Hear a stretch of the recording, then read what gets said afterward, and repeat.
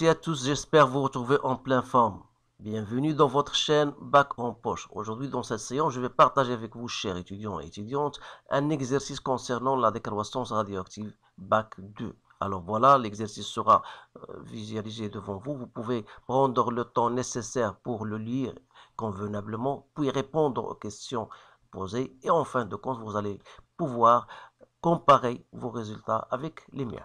Alors, le noyau de plutonium 94-238 est un noyau radioactif de type alpha. Il est utilisé dans les piles des moteurs de commande pour orienter les satellites. Alors, la courbe ci-dessus représente l'évolution de la dérivée des noyaux désintégrés par rapport au temps, bien sûr en fonction de 1D. Alors, écrire l'équation de la désintégration du plutonium 238 en se basant sur la loi de la décroissance radioactive montre que ND égale à N0 fois 1 moins exponentielle de moins lambda T, déduire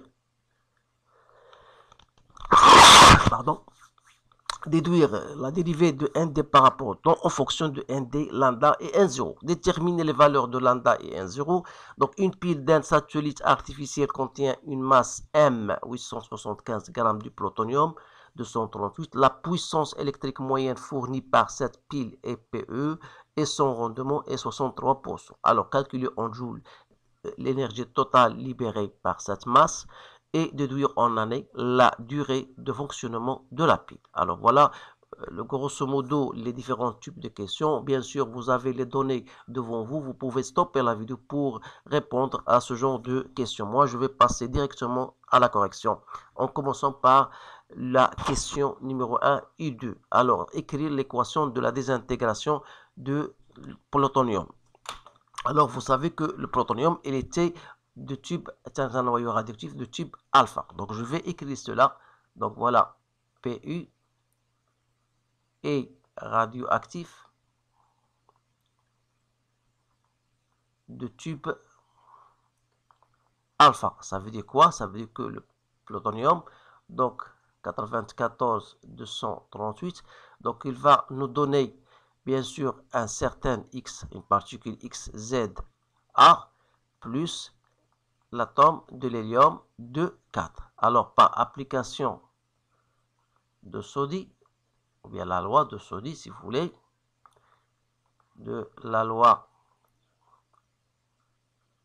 Soddy, on aura 238 égale à A plus 4, et vous avez 94 est égal à Z plus 2.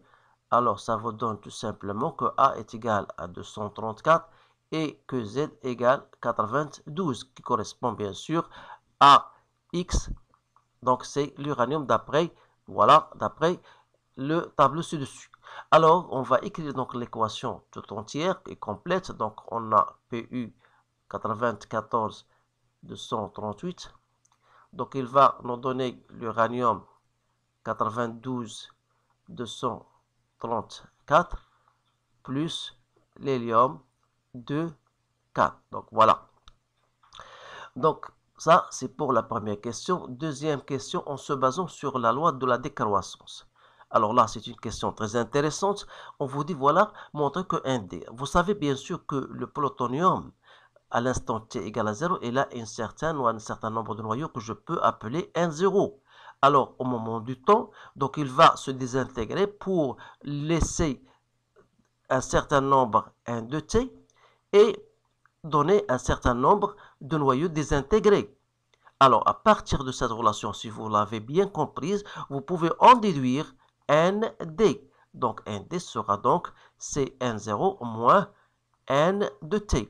Sachant que N de T égale à N0 l'exponentielle de moins lambda T, alors cela veut dire que ND égale à N0 moins N0 l'exponentielle de moins lambda T, soit N0 en facteur de 1 moins l'exponentielle de moins lambda T. Donc voilà, la réponse est bien claire. Donc si je passe maintenant, déduire la dérivée de ND par rapport au temps. Alors la question 3, connaissons ND égale à N0 moins en facteur de 1 moins l'exponentielle de moins lambda T. Donc ça veut dire que je peux donc directement chercher la dérivée par rapport au temps de nd, c'est la dérivée de ce machin-là. Alors, j'ai n0, c'est constante, donc je dois la laisser et je dois chercher la dérivée par rapport au temps de moins l'exponentielle de moins lambda t. Comme ça, c'est lambda, donc il reste lambda, il reste n0, l'exponentielle de moins lambda t. Alors là, je ne dois pas s'arrêter ici parce que on vous dit en fonction de nd et lambda et n0. Donc, qu'est-ce que je vais faire? Tout simplement, à partir de l'expression n de t égale à n0, l'exponentielle de moins lambda t, je peux en déduire l'expression de moins lambda t. Donc, c'est quoi? C'est n de t sur n0. Alors, comme n de t, c'est quoi? C'est n0 moins n de d sur n de d. Alors, ça devient donc d de n d par rapport au temps. Donc, ce sera est égal, on a dit c'est quoi? C'est n0 lambda, l'exponentielle de moins lambda t. Donc, c'est n0 lambda. Et je vais remplacer l'exponentielle de moins lambda t par l'expression que j'ai trouvée tout à l'heure. Voilà, sur n0. Donc, je pourrais ici simplifier n0. Donc, il me reste lambda n0 moins nd. Voilà. Donc, voilà pour la question 3. Alors, pour la question 4, il faut utiliser, bien sûr, la courbe, donc pour déterminer lambda. Vous remarquez bien sûr que d de nd par rapport au temps, c'est une fonction. Donc c'est une fonction affine, bien sûr, qui ne passe pas par l'origine de temps. Alors, par l'origine, bien sûr, donc voilà le point 0. Donc comment je vais chercher? C'est-à-dire que je peux écrire d de n d sur dt, c'est quoi? Est égal à moins lambda nd plus lambda n0. Avec lambda n0, c'est l'ordonnée à l'instant lorsque nd égale à 0. Donc c'est ce point-là. Donc je sais que ça c'est 1, 2, donc j'ai 3, 4, 5, 6. Voilà. Donc il ne faut pas oublier 6, 10 à la puissance 10. Donc voilà, je mets 6, 10 à la puissance 10, quoi? Noyau. Il ne faut pas oublier l'unité, noyau par seconde. Alors, ça, c'est déjà fait. Donc, pour exprimer, pour trouver lambda, lambda n'est autre que le coefficient directeur. Donc, je vais écrire moins lambda. C'est le coefficient directeur de la courbe d de nd sur dt par rapport à nd. C'est-à-dire, c'est la variation de d de nd par rapport au temps sur la variation de nd. Alors, je dois choisir deux points. Alors, je choisis ce point-là maximum. Donc, c'est 6, 10 à la puissance 10 moins. Donc, je choisis un autre point. Par exemple, je vais choisir ce point-là. Voilà, qui correspond à 1. Donc, 1 fois 10 à la puissance 10. Le tout sur. Donc, ça, c'est le correspond à 0. Et l'autre, ça le correspond à ce point-là qui est 2. Donc, voilà, je vais mettre ici 2. Donc, j'aurai, voilà qu'il ne faut pas oublier quand même, ici 2, 10 à la puissance 20. Donc, ça me donne 5, 10 à la puissance 10 sur 2 moins 2, 10 à la puissance 20. Donc, ça me donne, c'est moins 2,5 et me reste 10 à la puissance moins 10. Si je ne me trompe pas. Donc, c'est bien ça, mais toujours en seconde moins 1, l'unité. Donc, voilà, j'ai déterminé lambda. Donc, lambda n'est autre que 2,5 10 à la puissance moins 10 seconde moins 1. Voilà. Il me reste la détermination de n0. Alors, tout simplement, je sais que n0, d'après la formule que j'ai notée ici, donc n0, c'est 6 10 à la puissance 10 que je dois trouver divisé par lambda. C'est-à-dire, je dois diviser par 2,5 10 moins 10. Donc ça me donne 2,4 10 à la puissance 20 noyaux. Donc voilà la détermination de lambda et de N0. Alors je passe maintenant à l'autre. Donc question 5. Une pile d'un satellite artificiel, elle contient une certaine masse. Alors, on vous demande, bien sûr, on vous a donné la puissance électrique et on vous donne de calculer l'énergie totale.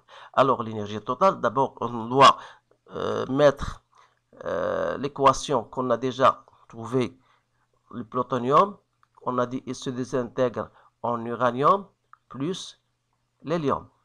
Donc, ici, pour ne pas se tromper, je vais revenir à l'expression du LADAC. Donc, plutonium 94 238. Voilà.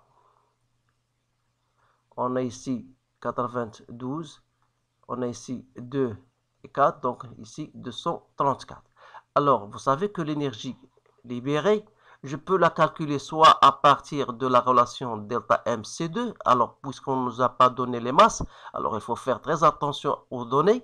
Donc, je dois calculer soit à partir de la différence de l'énergie de liaison des réactifs et des produits. Donc, on aura ici PU moins l'énergie de liaison de l'uranium moins l'énergie de liaison de l'hélium. Donc, je vais la calculer en valeur absolue. Donc, ça va me donner l'énergie de liaison à partir de cela. Vous savez, par exemple, l'énergie, c'est par nucléon. C'est quoi? C'est l'énergie de liaison de PU divisé par A. Dans ce cas, c'est-à-dire que l'énergie de liaison de P de U sera égale à A. Alors, A, c'est 238 que je dois multiplier par l'énergie par nucléon. Nucléon, mégavolt, mégaélectron par nucléon. Voilà. Donc, faites attention à cela. Donc, je dois ici multiplier 238 que je dois multiplier par 7,56. Ici, je dois mettre 7,6 que je dois multiplier par 234. Ici, voilà 7,07 que je dois multiplier par 4. Alors, je dois trouver la valeur que j'ai trouvée et j'espère qu'elle soit correcte. Donc, voilà, j'ai trouvé 7,4 méga électrovolts. Alors, l'énergie totale, normalement, c'est ça, c'est l'énergie que vous avez, c'est l'énergie par un seul noyau. Alors, l'énergie totale libérée par la masse M, il faut quand même savoir le nombre de noyaux. Donc, ça sera N fois l'énergie libérée par un seul noyau. Avec N, c'est la masse sur la masse molaire, multiplié par le nombre d'Avogadro, et il me reste l'énergie libérée. Donc, voilà, la masse, c'est 875, que je dois multiplier par 6,02 10 à la puissance 23. Je divise par la masse molaire 238 et je multiplie par l'énergie que j'ai trouvée. Donc, voilà. Donc, je trouve 1,64 10 à la puissance 25 mégaélectrovolts que je dois convertir en joules, on multiplie par 1,661 10 moins 23, ça me donne 2,64 10 à la puissance 12 joules. Alors, voilà.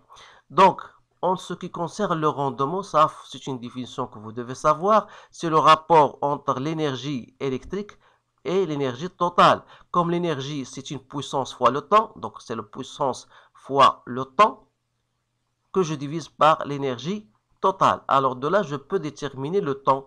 Donc c'est R fois ET que je divise par l'énergie, la puissance électrique. Voilà.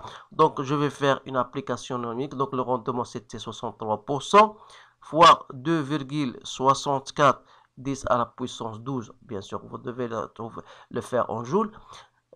Divisé par la puissance électrique, donc c'est 2,15 kW, donc il faut la convertir en watts. Alors faites attention à ce genre de calcul, donc vous devez tenir compte des unités. Alors j'ai trouvé T en année, c'est 24,5 ans. Donc j'espère que cette valeur-là est bien correcte. Donc essayez de faire ce calcul pour se rendre compte et bien pour vous assurer. Alors voilà, on a, je pense, terminé cette question. Donc, j'ai répondu même à la question 2. Donc, normalement, je dois la faire ici. Mais peu importe, voilà, je vous ai répondu même à la question 5.2. Donc, à partir de là, je vous ai répondu à la question 5.2. Donc, le calcul de temps. C'est-à-dire, on va vous en donner, déduire en année la durée de la fonctionnement de la pile. Donc, voilà, je vous ai répondu à cette dernière question. Donc, j'espère que cela vous pourra